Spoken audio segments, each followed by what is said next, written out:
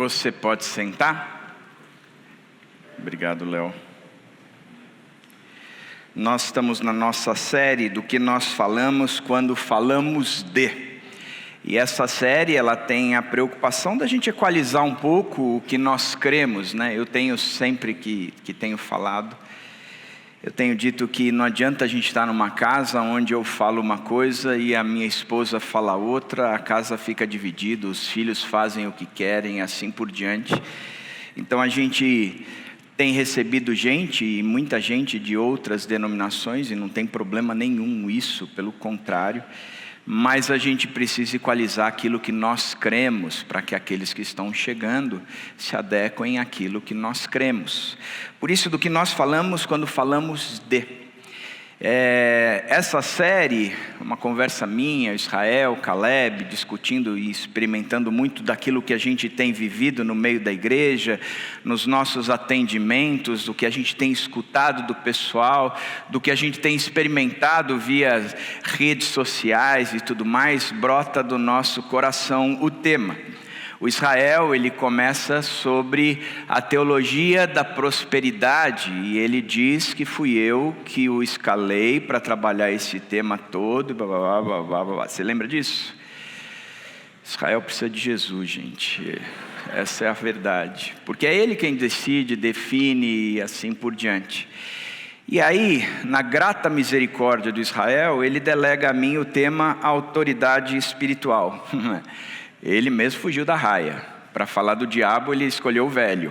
O novo fugiu. O outro até fingiu um negócio na perna, que não está caminhando, que não pode subir, que não sei o quê, bababá. Eu quase grito, aleijado, larga a muleta e anda. Também posso gritar para outros que estão aí com a muleta, né? Agora, o que é que a Bíblia fala a respeito de autoridade espiritual? A gente vive num mundo onde nós somos tão centrados em nós mesmos que a gente tem a mania de fazer duas coisas: ou achar que a gente pode todas as coisas, ou achar que a culpa nunca é nossa. Porque a gente pode, inclusive, fazer o que a gente quiser com o diabo. Amarra, manda ele falar o nome, planta bananeira, o que a gente quiser a gente pode fazer. Da mesma forma como a gente delega a culpa para tudo que é o diabo. A gente não administra muito bem as nossas finanças, entra numa dívida fenomenal e o devorador é que está comendo todas as nossas finanças. E afinal de contas, a gente precisa combater o devorador. A gente vê um monte de coisas nessa situação onde tem culpa que é nossa e a gente precisa se tratar, tem culpa que não é nossa, a gente está vivendo esses momentos difíceis, Israel, Caleb, eu mesmo, a gente tem falado sobre isso, mas tem situações que a gente tem que entender que não é e não tem a ver com o diabo. Algumas outras podem ver. Mas o interessante de pensar em relação ao diabo é que a Bíblia nos diz que o diabo, em relação a nós, é como se fosse um pitbull. Ele é um cachorro bravo, mas está numa coleira, que Deus solta para o nosso crescimento. O diabo está sujeito à autoridade do próprio Deus. Você vê isso, por exemplo, na pessoa de Jó. Jó era um homem íntegro e temente a Deus. Deus queria trabalhar com Jó a tal ponto dele terminar aquele processo todo dizendo: antes eu te conhecia só de ouvir falar, mas agora os meus olhos te veem. Como é que Deus começa? Deus apresenta para o diabo Jó. E aí Jó, na conversa com Deus, vai lá e tira tudo que tem, deixa a vida e a esposa. E aí, a partir daí, não se ouve. Primeiros 2 capítulos se fala do diabo, depois não se ouve mais falar do diabo ali naquele texto. Paulo diz que ele teve revelações a respeito de Deus, das coisas futuras e assim por diante, e para que ele não ficasse um cara metido, chegasse nas redes sociais, eu é que sei, chegasse e postasse uma foto dele com uma palavra dizendo do finalmente como seriam as coisas. Ele diz, para que isso não acontecesse, um espinho na carne, mensageiro de Satanás me foi posto por Deus. 3 vezes eu pedi para sair, Deus disse não, a minha graça te basta. Então é um pitbull, mas numa coleira. E Deus solta para o nosso crescimento, porque não há ninguém maior que o nosso Deus. Então a gente olha para tudo isso e a gente tem que entender o que é que a Bíblia fala sobre autoridade espiritual. Vou ler com vocês o texto de Marcos 3, de 20 a 35, e o texto diz assim: então Jesus entrou numa casa e novamente reuniu-se ali uma multidão, de modo que eles e os seus discípulos não conseguiam nem comer. Quando seus familiares ouviram falar disso, saíram para trazê-lo à força, pois diziam: ele está fora de si. Jesus e seus discípulos entram numa casa e eles estão tão entretidos em servir ali o que precisava ser servido, que eles mesmos esqueceram de comer. Eles estavam tão atarefados que eles não comiam. A sua família resolve então dar uma ajuda, e eles vão numa ação de resgatar Jesus, porque afinal de contas ele estava trabalhando muito e não comia. Provavelmente essa ação deve ter sido criada ou movimentada por Maria, a mãe, porque a ação ela deve ter chamado ainda de forma muito espiritual, dizendo: Jesus, vem comer porque a comida está na mesa. Ela movimenta nesse sentido, fala: a gente precisa lá tirar à força o meu filho dali, porque ele precisa comer. E é isso que o texto diz: saíram para trazê-lo à força, na operação filho, vem para casa comer. Mas Marcos traz uma observação interessante a respeito deste movimento. Ele diz que os familiares fizeram isso porque achavam que Jesus estava louco, fora de si, tinha sido descompensado. De acordo com eles, qualquer um que serve os outros com dedicação a ponto de não poder comer é incompetente para cuidar de sua própria vida. Esse sujeito é louco, ele está fora de si. E aí Marcos usa uma técnica interessante aqui, porque ele faz a introdução de uma história, ele dá uma pausa nessa história, ele apresenta uma outra história, conclui essa história e aí volta para essa história inicial. Ele algumas vezes faz isso, e aqui ele começa com a história da família de Jesus, ele dá uma pausa e retorna mais à frente nos versículos 31 e 35, nós vamos chegar lá, mas aqui ele passa a introduzir uma outra história, antes de concluir a operação, filho vem para casa comer. O texto continua dizendo o seguinte: e os mestres da lei que haviam descido de Jerusalém diziam: ele está com Belzebu, pelo príncipe dos demônios é que ele expulsa demônios. Jesus falou isso porque eles estavam dizendo: ele está com um espírito imundo. Era um título comum para Satanás, Belzebu, Marcos nos conta que Jesus já tinha feito muitas coisas antes desse episódio que estava acontecendo aqui. O poder e a popularidade de Jesus estavam em alta. Aonde ele ia, ele estava curando leprosos, ele já havia curado um leproso, ele já havia curado um paralítico, aquele que desce pelo telhado, que os amigos trazem ele até Jesus. Ele cura a sogra de Pedro, que estava acamada com febre. É por isso que alguns teólogos dizem que Pedro negou a Jesus, porque Jesus curou a sua sogra. Eu concordo. Marcos fala que ele curou muitos doentes e expulsou muitos demônios. Resultado disso é que por onde ele passava, aonde ele ia, a multidão se formava e havia ali um tumulto, a tal ponto de que ele não podia mais entrar publicamente numa cidade, ele tinha que ir escondido, sem falar que estava chegando. A questão toda é que num episódio particular, por exemplo, uma situação bem interessante acontece. Jesus estava num sábado numa sinagoga em Cafarnaum e ele estava ensinando, e era costume de Jesus ensinar aos sábados numa sinagoga. Enquanto ele ensinava, um homem possesso de um espírito imundo entra gritando para Jesus qual era o interesse ou a intenção de Jesus ali. se Jesus iria agora destruí-los, a ele, esse espírito imundo, e os seus comparsas todos. E o que acontece é que Jesus manda o espírito sair desse sujeito e o espírito sai. E a partir daí o povo fica maravilhado, dizendo: que ensino é esse que Jesus prega? Porque até os espíritos imundos, eles o obedecem. Então Jesus está num movimento ali de fazendo muitas coisas, curando muita gente, mas ao mesmo tempo expulsando muitos demônios. E isso estava gerando uma popularidade, trazendo para Jesus uma popularidade muito grande, porque os seus ensinos eram diferentes, em alguns momentos inclusive eram contrários ou confrontadores aos ensinos dos mestres da lei daquela época, como guardar o sábado, você não podia colher espigas ou você não podia curar. E o ensino de Jesus, a popularidade de Jesus e o poder de Jesus começaram a gerar uma oposição muito grande num grupo. Os fariseus e mestres da lei ficam incomodados por uma série de razões.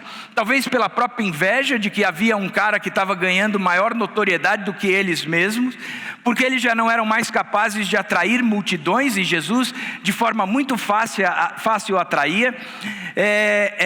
Talvez eles ficaram também incomodados pelo fato de que Jesus ensinava coisas contrárias ao que eles ensinavam.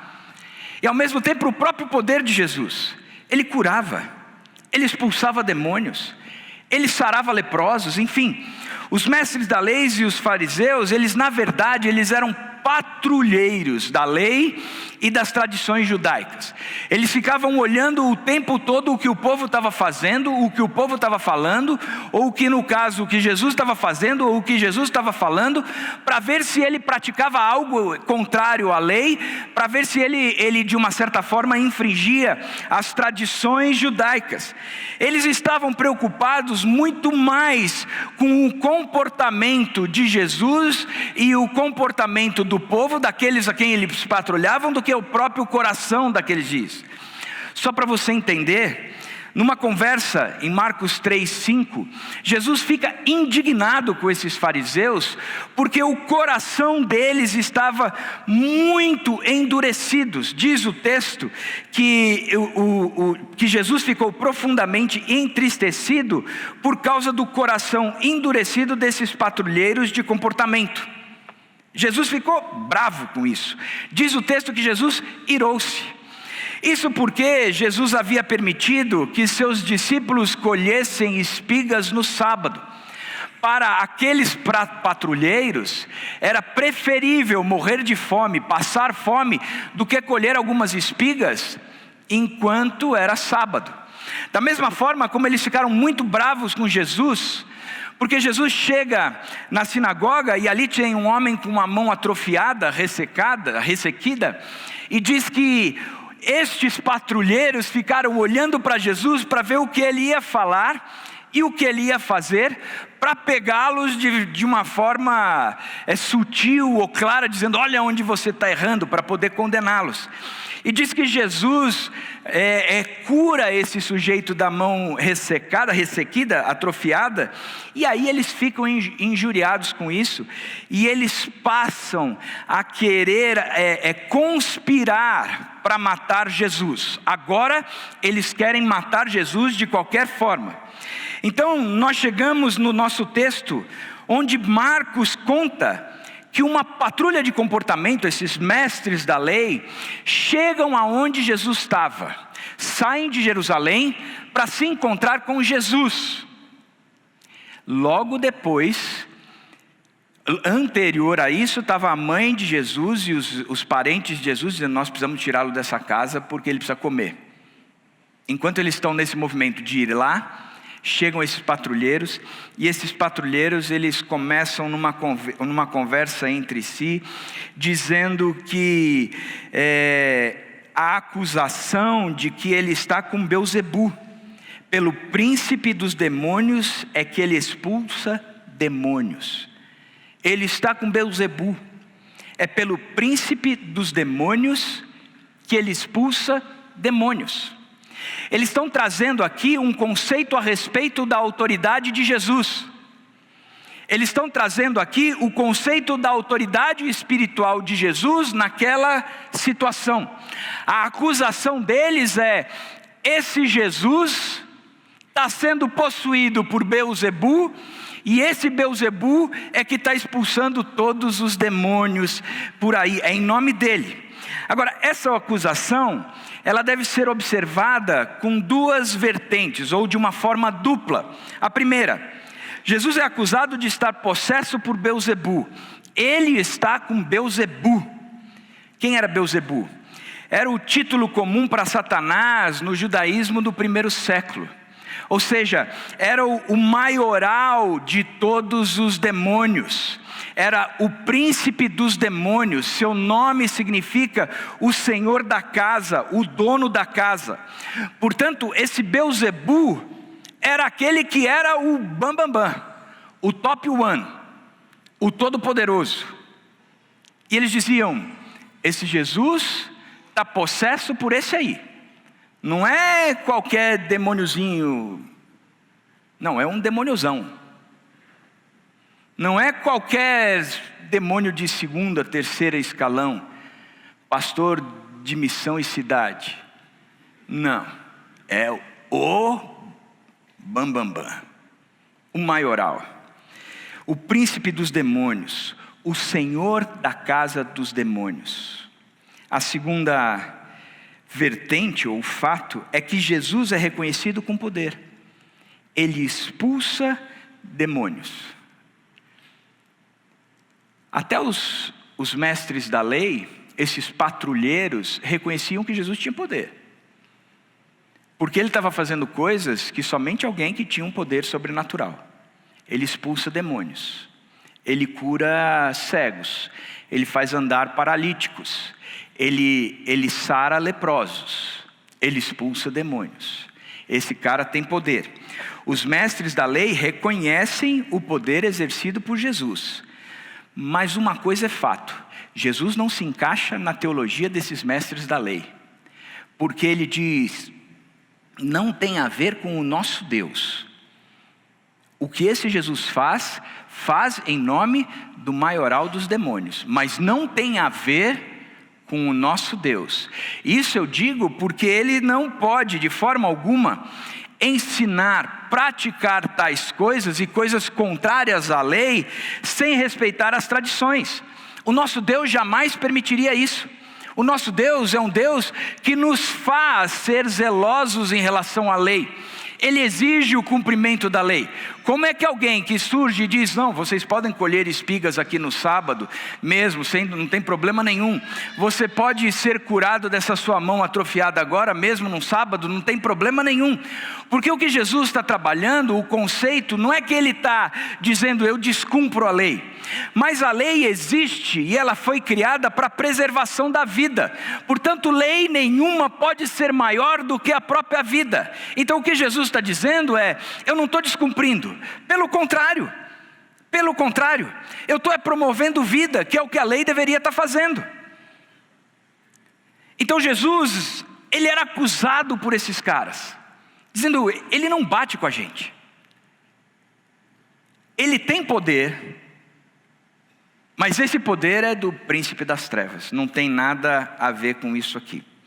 Engraçado que tem uma observação em Levítico 20, 27, que era uma lei que dizia o seguinte: que se um homem ou uma mulher que entre vocês fossem médios ou consultassem espíritos, teriam que ser executados, mortos por apedrejamento, porque merecem a morte. Então existia uma lei que condenava qualquer pessoa que se relacionasse com o espírito. Então, se eles estavam conspirando contra Jesus, e eles reconheciam o poder de Beelzebu em Jesus, eles estavam com o prato feito. Porque agora, eles tinham inclusive a argumentação bíblica para dizer, a argumentação legal, jurídica para dizer: nós devemos apedrejá-lo, matá-lo, porque ele se relaciona com espíritos. E esses que chegam em Jesus, mestres da lei, para avaliar, são estes que mais tarde, junto com os fariseus, eles decretam e condenam Jesus à morte, aí morte de cruz. Mas o texto continua dizendo que ele está com Beelzebu. Perdão, eu esqueci de dar os highlights todos do texto aqui. Gastei um tempão fazendo highlight, esqueci de dar, gente. Isso só pode ser coisa do mal. É isso aqui. Você vê, a gente está pregando sobre isso, aparece um negócio desse, caramba. Pronto. O texto continua dizendo: e então Jesus os chamou e lhes falou por parábolas. Chamou a quem? Os mestres da lei. O que é que ele disse? Como pode Satanás expulsar Satanás? Se um reino estiver dividido contra si mesmo, não poderá subsistir. Se uma casa existir dividida contra si mesmo, também não poderá subsistir. E se Satanás se opuser a si mesmo e estiver dividido, não poderá subsistir. Chegou o seu fim. Ou seja, ele traz uma questão de lógica, ele responde trazendo uma questão de lógica e 3 sentenças condicionais. A primeira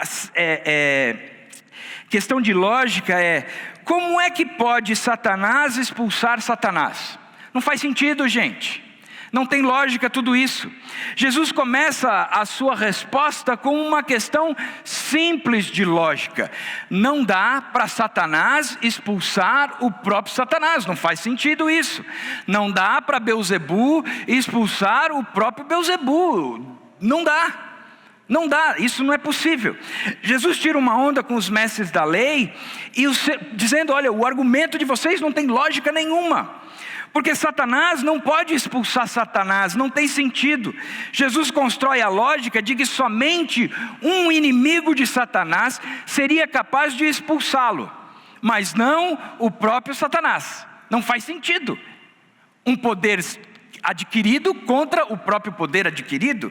Ele constrói essa lógica e ele usa 3 sentenças que começam com conjunções subordinadas, ou subordinativa. C. A primeira delas é: se um reino estiver dividido contra si mesmo, não poderá subsistir. Ou seja, se isso estiver acontecendo, então isso acontecerá. É lógico. Este resultado é subordinado a este. Então ele está dizendo: olha, se um reino estiver dividido contra si mesmo, não poderá subsistir. A primeira resposta é: escuta, eu quero trazer uma parábola para vocês. E a parábola do reino dividido. Se um rei estiver dividido contra si mesmo, não poderá substituir. Ele traz uma ilustração de uma guerra civil, de algo que estava acontecendo dentro da própria nação, dentro do próprio reino, de um reino dividido contra si mesmo. E ele traz o conceito de que não é lógico isso, porque é evidente que o resultado dessa divisão será o colapso e a autodestruição desse reino. Não faz sentido isso, gente, não é lógico. O segundo a segunda parábola é: se uma casa estiver dividida contra si mesmo, também não poderá subsistir. Também continua na mesma linha de argumentação. O que ele traz é: qualquer casa ou família dividida por inimizade entre seus membros, ela não resiste. Não resiste. Eu sou pastor, né? Vira e mexe, eu estou atendendo pessoas. Na verdade, a matéria-prima do meu trabalho é a dor. O pessoal me procura porque está tudo muito ruim, está tudo muito mal. E tem horas que o pessoal vem conversar comigo, por exemplo, faleceu os patriarcas. Os irmãos estão agora discutindo sobre a herança. Gente, é tanto pau, é tanta briga, é tanto confronto, é tanta divisão, que isso aqui ilustra tanto. Uma casa dividida, ela não resiste. Não resiste mesmo. Não resiste mesmo. Gasta-se uma fortuna do dinheiro com um monte de processos, causas, advogados e assim por diante. Nada contra os advogados, mas contra as brigas. E o que resulta nisso tudo é essa casa dividida. Em geral, os irmãos acabam parando de falar entre si, porque a casa dividiu, não subsistiu. Qualquer casa ou família dividida por inimizade entre seus membros também não poderá subsistir. Invariavelmente acontecerá a destruição da família. E um terceiro se é aplicado: se Satanás se opuser a si mesmo e estiver dividido, não poderá subsistir. Chegou o seu fim. Não é o caso de Satanás estar dividido, Jesus está dizendo. Por isso é que eu não expulso em nome de Beelzebu. Vocês estão me acusando disso, mas não é o caso. Porque Satanás não pode estar dividido. Ele não está dividido. Pelo contrário. Até agora, Jesus estava se defendendo dos ataques. É por Beelzebu que ele expulsa, porque ele está possuído por Beelzebu.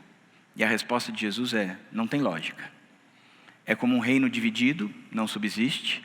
Não tem lógica. É como uma casa dividida, não subsiste. Não tem lógica.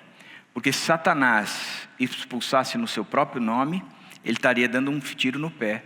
É o fim. Não faz sentido. Portanto, não é Satanás expulsando Satanás. E a partir daí, Jesus começa uma resposta. A dar a resposta. E uma resposta através de uma parábola. Amarrando o homem forte. O texto diz: de fato, ninguém pode entrar na casa do homem forte e levar dali os seus bens sem que antes o amarre. Só então poderá roubar a casa dele. Em outra versão diz amarrar o valente. Daí é que surge a expressão de que quando a gente vai tratar com o diabo, a gente tem que dizer: está amarrado. E a partir daí, a gente trabalha com ele. Jesus agora, ele assume uma posição de contra-ataque. Vocês me acusaram, mas então agora eu vou responder para vocês o que é de fato. Com essa parábola, ele não está mais se defendendo das acusações, mas agora ele está contra-atacando. Ele está indo para o campo do adversário. Ele está entrando na pequena área. Ele está deixando o goleiro de lado. E ele está entrando com bola e tudo. Ele diz: não tem nada a ver com isso. Mas eu quero, antes de mais nada, estabelecer a minha própria autoridade e a minha autoridade divina. Não é uma autoridade maligna, não é uma autoridade demoníaca, não é uma autoridade baseada em cima de Beelzebu. Mas eu quero dizer quem eu sou. Eu quero dizer qual é a minha autoridade. Eu quero dizer aquilo que eu faço e o porquê eu vim para cá. E o fluxo do texto é o seguinte: Jesus continua falando aos mestres da lei. Ele não está confrontando os seus discípulos. Ele está confrontando aqueles mestres da lei que chegaram com a acusação dizendo: você expulsa em nome de Beelzebu porque você está possuído por Beelzebu. A segunda coisa é que ele continua usando parábolas. A figura usada aqui é do homem forte. Ou em outras versões utiliza-se a palavra do valente. O valente amarrado e despojado de seus bens. E também ele está explicando que ele, Jesus, é capaz de expulsar, tratar e amarrar o diabo. Então ele traz para si o poder. Ele traz para si a autoridade. Ele não está aqui dizendo que o processo de expulsão deve ser feito da seguinte forma: você viu um endemoniado, você chega para ele e diz: está amarrado. Não, ele não está dizendo isso. O que ele está dizendo é: vocês estão me acusando, então eu vou dizer para vocês quem eu sou e o que eu faço. Vocês estão dizendo que eu ajo em nome de Beelzebu. Eu quero dizer para vocês quem eu sou e em nome de quem eu ajo. Vocês estão me acusando dizendo que eu estou possuído por um espírito maligno. Eu quero dizer para vocês quem é que me possui, quem é que está em mim e baseado nele a minha autoridade. Então Jesus, ele apresenta aqui que o homem forte só é capaz de ser enfrentado por intermédio de um homem mais forte. Que um homem forte só é vencido por intermédio de um homem mais forte. Minha mãe sempre usa a expressão dizendo que um dia um valente sempre encontra um valente e meio. A verdade é que o que ele está dizendo é: eu tenho poder e autoridade. eu posso entrar nessa casa, eu posso amarrar esse homem forte, eu posso amarrar esse valente, e eu posso saquear os seus bens. E é isso que eu estou fazendo.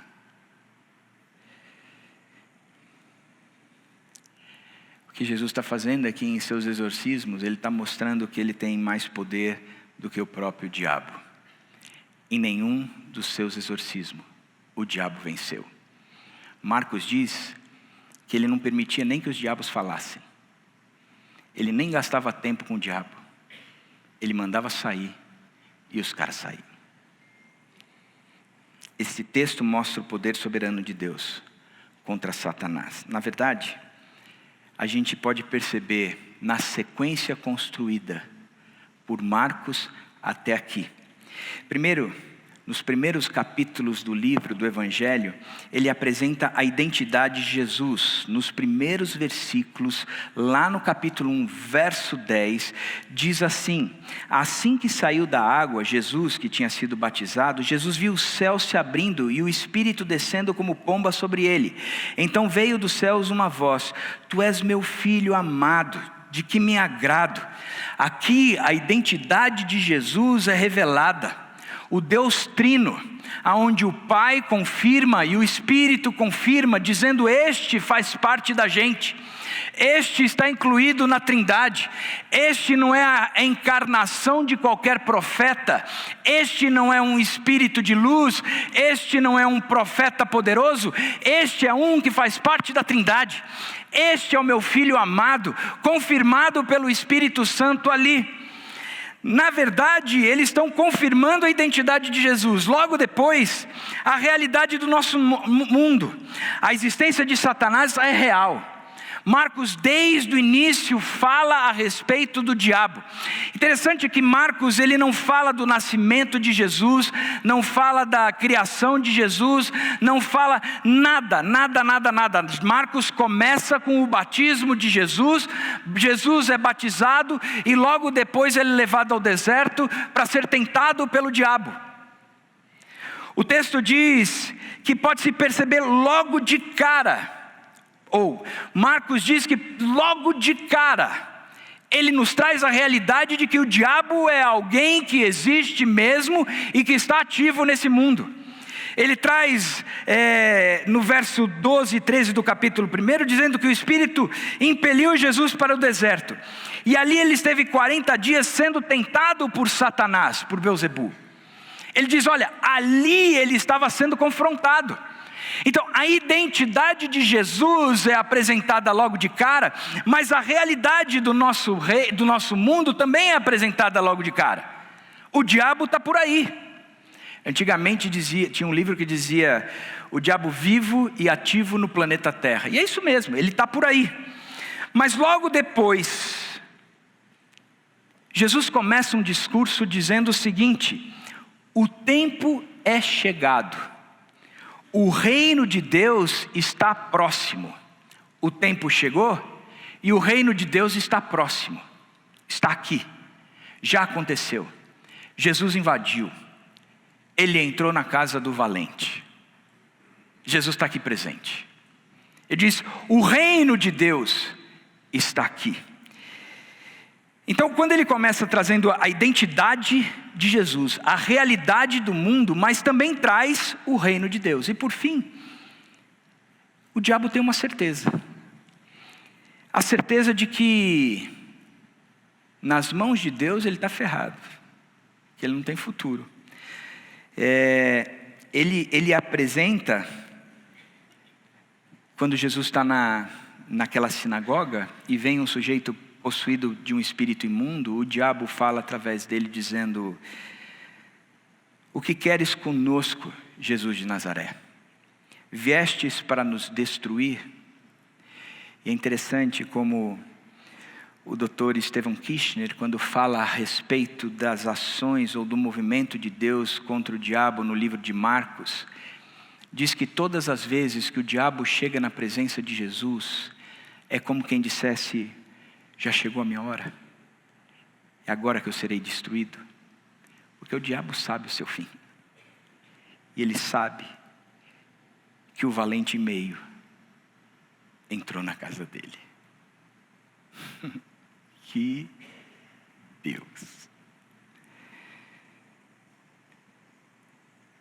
Uma das coisas que o texto nos mostra é que não há uma dualidade entre o bem e o mal. Como se Deus fosse o bem e o diabo fosse o mal, e eles são opositores de igual tamanho, conteúdo e força entre si. O diabo reconhece a grandeza de Deus. É agora que eu serei destruído.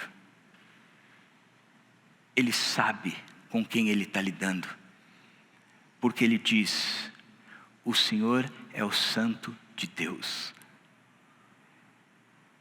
Eu sei,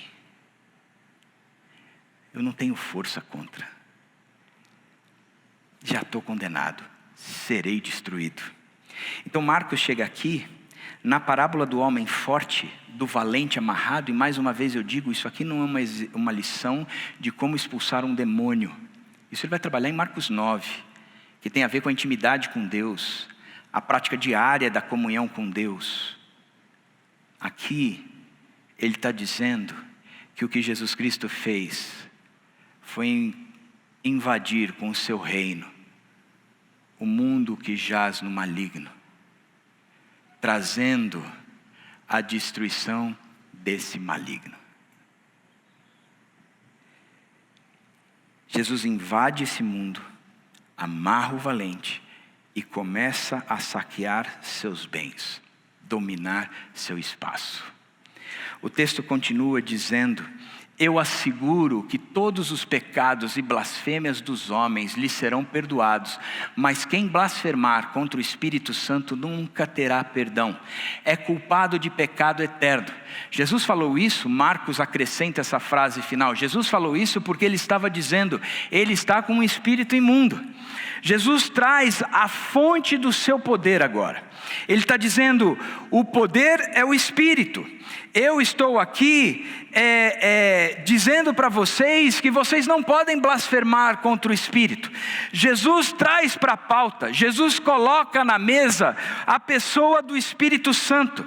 E para isso é tão importante para Marcos relembrar essa fala de Jesus, que Marcos dá uma reforçada nessa fala mais tarde, dizendo, olha, sabe por que Jesus disse isso?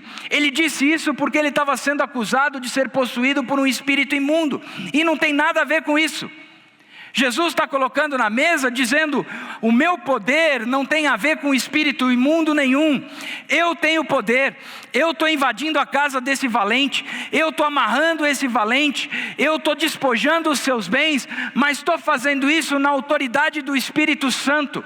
É Ele quem está aqui, é Ele quem tem o poder, é a Trindade por inteiro sendo representada. O reino é de Deus, a ação é de Jesus, através do poder do Espírito. Não é Beelzebu, mas é o Espírito de Deus que está com ele. A força da Trindade, ele não está na sua própria força, mas agora o reino de Deus chegou e com ele o Deus Trino vem com toda a força resgatar. É o Deus Trino que vem destruir a Satanás e o seu reino. Satanás não subsiste ao reino contra o Deus Trino. É o Deus Trino que chegou para fazer nova todas as coisas. Contra o Deus Trino não há oposição, nem mesmo as portas do inferno prevalecerão contra a igreja, o povo do Deus Trino. Então Marcos chega aqui na parábola do homem valente, do homem forte, desse homem amarrado, coloca Jesus no poder da Trindade, Jesus e no poder da Trindade invade esse mundo e amarra o valente. Começa a saquear os seus bens, dominar o seu espaço, reconquistar o que sempre foi seu, resgatar a sua família. Ele diz, não só que Satanás é derrotado, mas ele também traz o conceito de que os pecados são perdoados. Que os pecados são perdoados, que o reino chegou e agora o perdão dos pecados. Marcos 1,15 diz que o convite é, Arrependam-se e creiam nas boas novas. Arrependam-se e creiam nas boas novas. Interessante, como ele é acusado de estar agindo por Belzebu, pelo maioral dos demônios, e ele chega dizendo, não tem nada a ver com isso. Eu sou aquele que entra na casa dele e vai amarrá-lo e despojá-lo. A minha autoridade é fundamentada no Espírito. E aí ele traz um conceito que parece que não tem nada a ver com o texto. Ele fala, arrependam-se. Asseguro que todos os pecados e blasfêmias dos homens serão perdoados. Há perdão. Há perdão. Sem dúvida nenhuma, há perdão. Vocês podem ser perdoados. Só tem um pecado que não é perdoado. Aquele que se atribui ao diabo as obras de Deus, que não reconhece quem Deus é. De resto, os seus pecados serão perdoados. Por que ele fala isso? Porque essa é a boa e a grande nova alegria, é o Evangelho. Jesus não veio para resgatar o poder que ele tinha nesse mundo. Ele nunca perdeu esse poder. Jesus não veio para entrar nesse mundo e mostrar para o diabo quem manda, colocá-lo no lugar e dizer, agora você está aí e não vai sair nunca mais desse inferno. Jesus veio para buscar resgatar o perdido. Jesus veio para amarrar toda a ação e força do diabo, para resgatar os que são seus. Jesus veio porque ele está formando o seu povo e restaurando e fazendo nova todas as coisas. Jesus veio, venceu o homem valente, e este já não tem mais domínio sobre a igreja, de tal forma que nem as portas do inferno prevalecem contra a igreja. O reino de Deus chegou. Jesus, no poder do Espírito, está aqui. Ele amarrou o valente e perdoou pecados. E de uma certa forma, ele faz um convite que quem crê que eu sou o Filho de Deus, o Cristo, o Messias prometido, o que vence o homem forte e perdoa pecado, esse está salvo. Mas quem não crê, nunca terá perdão. Nunca terá perdão. Ele traz o conceito dizendo, eu já venci. Eu já venci. O diabo sabia que quando eu chegasse, ele estaria destruído. Isso não quer dizer que ele não esteja ativo, que ele não esteja fazendo coisas, que ele não continue querendo deturpar a verdade de Deus, atazanar a nossa vida, mas ele já não tem mais domínio sobre nós. Sobre a igreja é triunfante. Na hierarquia espiritual não é Deus contra o diabo. Na hierarquia espiritual tem Deus, tem a igreja, e aí tem aqueles que não são da igreja, mas podem vir a ser, e por fim o diabo. Na hierarquia espiritual, Deus continua sendo maioral, porque ele amarrou, ele entrou, ele veio, e o poder dele agora foi extinguido.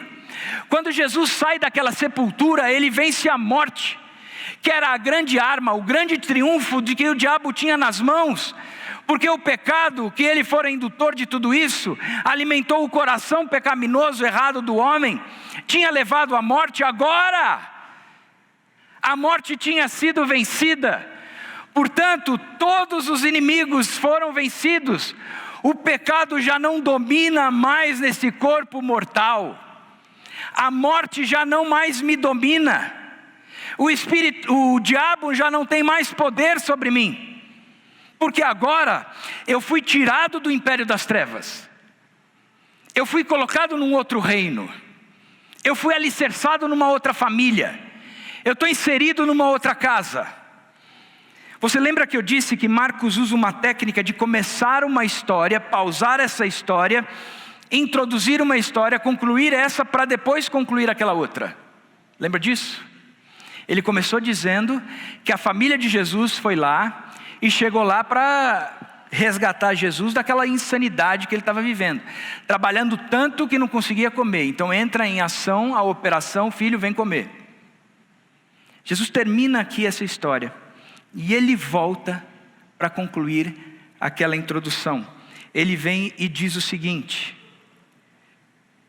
então chegaram a mãe e os irmãos de Jesus, ficando lá de fora, mandaram alguém chamá-lo. Havia muita gente assentada ao seu redor, e lhe disseram: tua mãe e teu irmão estão lá fora e te procuram. A mãe e os irmãos foram lá para resgatar Jesus de lá. Marcos para essa história e diz: olha, os patrulheiros do bom comportamento, daqueles que estão checando se a gente vive sobre a lei e sobre as tradições judaicas, foram até Jesus com a intenção de achar uma boa acusação para matá-lo. E a acusação que acharam foi: ele está possuído por Belzebu, e o poder dele está linkado a esse Belzebu. Jesus, de forma brilhante, diz: não tem nada a ver com isso. O meu poder não tem a ver com nada a não ser o fato de eu ser integrante da Trindade. A Trindade me deu vitória sobre o diabo, mas mais do que isso, ela me dá a garantia de que os seus pecados podem ser perdoados. Encerra aí. E aí Marcos traz a história dizendo: ó, a comitiva da mãe chegou. E a comitiva da mãe chegou para livrar Jesus daquela situação complicada.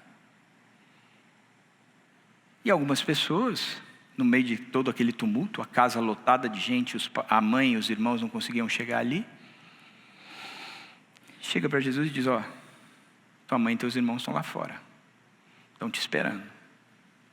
Acho que está na hora de você dar uma pausa aí e vai conversar com eles. Cara,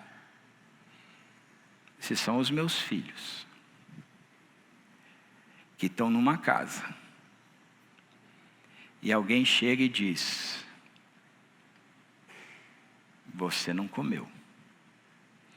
Sua mãe está dizendo que você está tão envolvida com isso aqui, que a impressão que dá é que ela acha que você está louco. Eu, se fosse você, eu ia lá fora expulsar Belzebu. Você vai ter um encontro com ele. O Pedro todo fortão, todo mundo crossfiteiro do caramba, põe posta na coisa, fazendo aqueles... Aprendeu comigo, fazendo aqueles exercícios todos, não sei o quê, blá, blá, blá. Morre de medo da mãe dele. Impressionante. Se a Dani chega na rua e diz, fala que o Pedro está louco, o leão mia.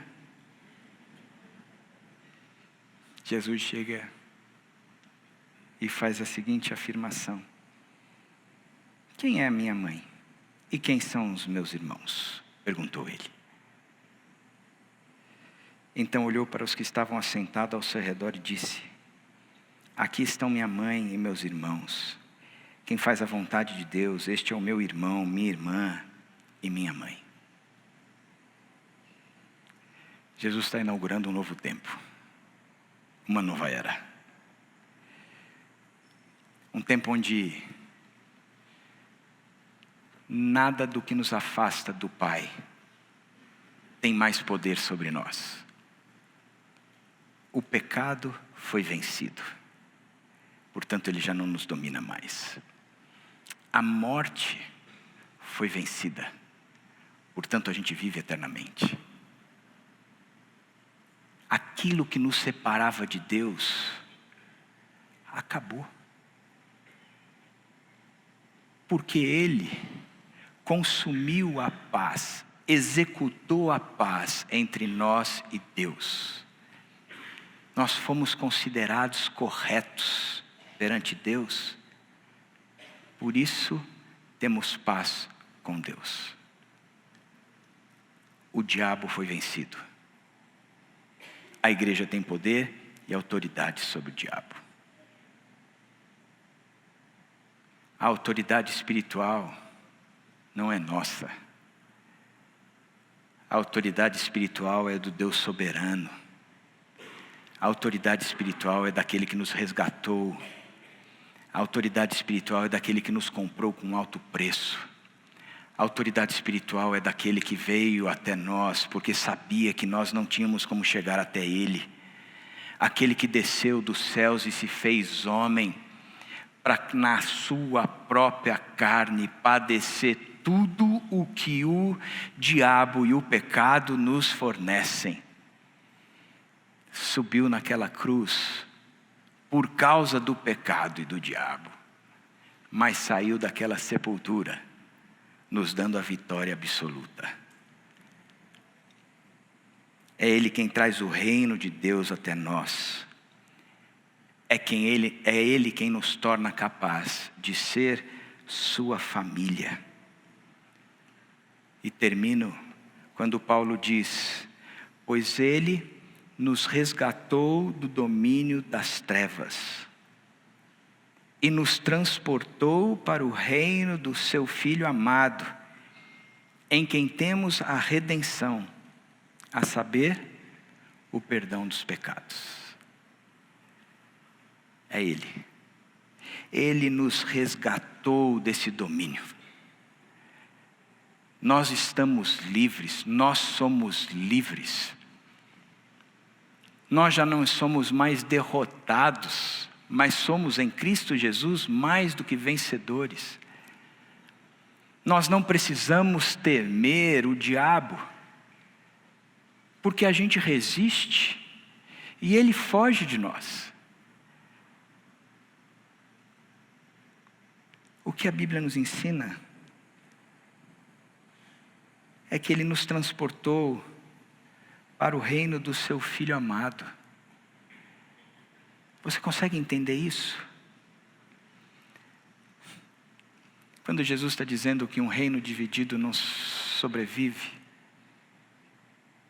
Paulo está dizendo que o reino que nós somos inseridos agora é um reino que não é dividido, porque o Pai enxerga o Filho como um Filho amado e nos insere nesse reino, em quem temos a redenção, a saber, o perdão dos pecados. Uma certa vez eu vi uma história de um pastor que liderava uma reunião de presbitério e entra um endemoniado na sala. E o endemoniado começa a falar um monte de coisas e traz à tona um monte de coisas que o pastor tinha feito. E desmoraliza o pastor na frente dos presbíteros. O pastor fica acuado, com medo, envergonhado, perde a autoridade. E aí o diabo tripudia em cima de tudo isso. Vai para cima. Lá para as tantas, o pastor lembra e diz o seguinte para o diabo: apesar das tuas acusações, eu quero dizer para você que eu tenho um advogado junto ao Pai. Esse advogado pagou um alto preço para me ter como filho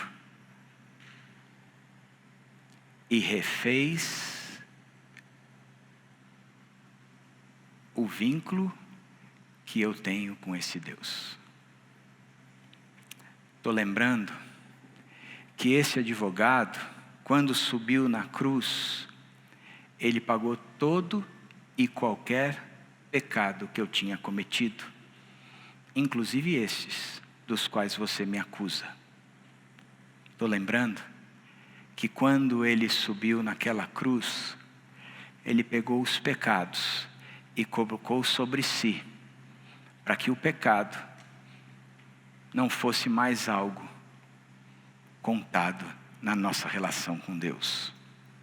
Estou lembrando que ele saiu daquela sepultura ao terceiro dia e ele venceu a morte. Portanto, este pecado já não me condena mais. Eu sou livre e tenho vida eterna em Jesus Cristo. Também estou lembrando que o movimento da cruz e da sepultura te condenou de uma vez por todas. E o pastor vira para aquele endemoniado e diz: em nome de Jesus, sai dele. Aquele sujeito se tornou mais tarde um dos presbíteros que acompanhava esse pastor. O nosso Deus é poderoso. Ele reina acima dos céus. Ele reina. Não há poder algum maior que Ele. Ele reina. Aqueles inimigos já foram vencidos, porque Ele reina. Ele tem um nome capaz de vencer qualquer inimigo. O diabo, na presença de Jesus, sabia quem ele era. Tu és o Deus Santo, eu sei que a minha hora está chegada. Ele tem a convicção absoluta que mais tarde ele será condenado de uma vez por todas, mas agora ele já não tem mais força sobre a igreja. Ele reina e reina acima dos céus. Ele tem um nome que é capaz de nos salvar. Que nome é? É Jesus. É Jesus. Só Jesus. Por isso, reina acima dos céus e tem um nome capaz de nos salvar. É Jesus. Só Jesus. Nós somos igreja. Fomos resgatados desse império das trevas. Fomos alocados no reino do seu Filho amado. Fazemos parte de uma nova realidade. Não precisamos temer, porque Deus é maior e habita em nós. Por isso, como igreja, nós podemos celebrar a autoridade que Jesus tem. Por isso, reina. Por isso, reina. Só Jesus. É Jesus. Vamos cantar? Mas eu queria que você cantasse como aquele que é resgatado. Aquele que foi tirado do império das trevas. Aquele que entendeu que a autoridade espiritual não é algo que eu desenvolvo, mas a autoridade espiritual é do nosso Senhor Jesus Cristo.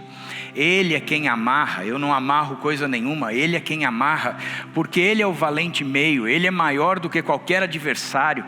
Ele entra na casa do diabo e Ele amarrou aquele valente, nos tirando, nos despojando, sendo nós agora a sua grande conquista.